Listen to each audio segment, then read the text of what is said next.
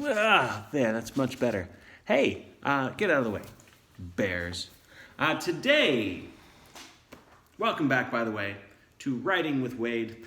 Today, we are talking about creative writing experiment number 9. If you are just joining us and you've never seen one of my videos before, we do creative writing experiments. These are activities, you can think of them as challenges, I suppose, but they are prompts or ideas that might inspire you in some way. And so anytime I do these creative writing experiments, if you feel up to the challenge of it, then create something. Feel free to leave a comment. Like and subscribe is always nice as well. And obviously, have fun.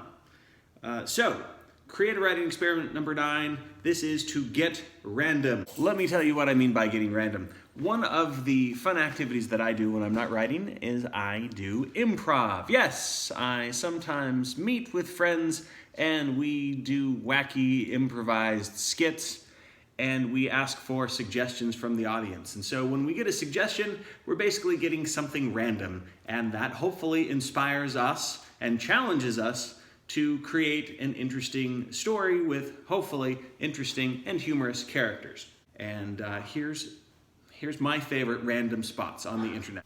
For a first stop, let's go to Wikipedia Random. All you need to do is Google the phrase Wikipedia Random. It will take you to this page. You click on Special Random, and then random articles will come up, like this Russian place, or this Ukrainian football player, or this cool old scientist guy. So here's what I love about using the random page on Wikipedia. It's a challenge to try to pluck something from this obscure article and use my imagination to turn it into a story. For example, just because we found an article about a Nobel Prize-winning Swiss chemist doesn't mean we have to write about that person. However, if we find out that he became famous for fighting diseases such as malaria, then that might inspire us to write a story about fighting some kind of science fictional virus or something like that. So just take one of the ideas that's presented in the topic on the random page and see if you can turn it into a character or a story or a scene. This next website is called canigeta.com, and it gives you random locations, or random relationships between characters, or even just a random word, like apathy. And if you don't care about it, try this website. This one's called writingexercises.co.uk, and it has a random first line generator. So if you don't know how to begin your story, it does the work for you. So you click the button, and it gives you as many different first lines as you want. If you're more visual, then I highly suggest that you check out this game. It's called GeoGuessr. It's a website, it's also an app, and it takes you to different random places around the globe so that you can not only try to play the game, but if you're a writer, you can try to come up with brand new ideas and details for a setting.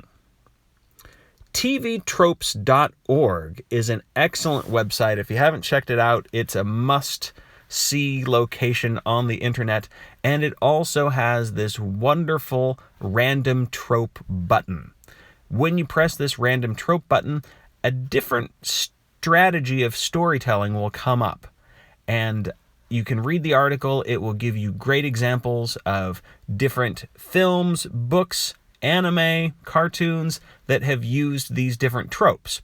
The thing about tropes is that they have been used in other forms, so maybe they're not necessarily original. I think for some of my creative writing students, whenever I show them the tvtrope.org website, they become a little disheartened because there's so many stories that have been told, and the trope website is basically a collection of all the different mechanisms, cliches, tropes that have been used in stories. But I think it's good to know that those tropes exist so that you can put your own spin on them. If you choose to conduct experiment number 9, then take any one of those randomized websites that I was telling you about and see if they inspire you to write a scene, a short story, the beginning of a novel, whatever you want to write. I'd love it if a random person out there would leave a comment and tell me what they're working on, whether or not it's inspired by these experiments or another project that you have in mind. If you've got any suggestions for future experiments, please let me know, and as always, like and subscribe.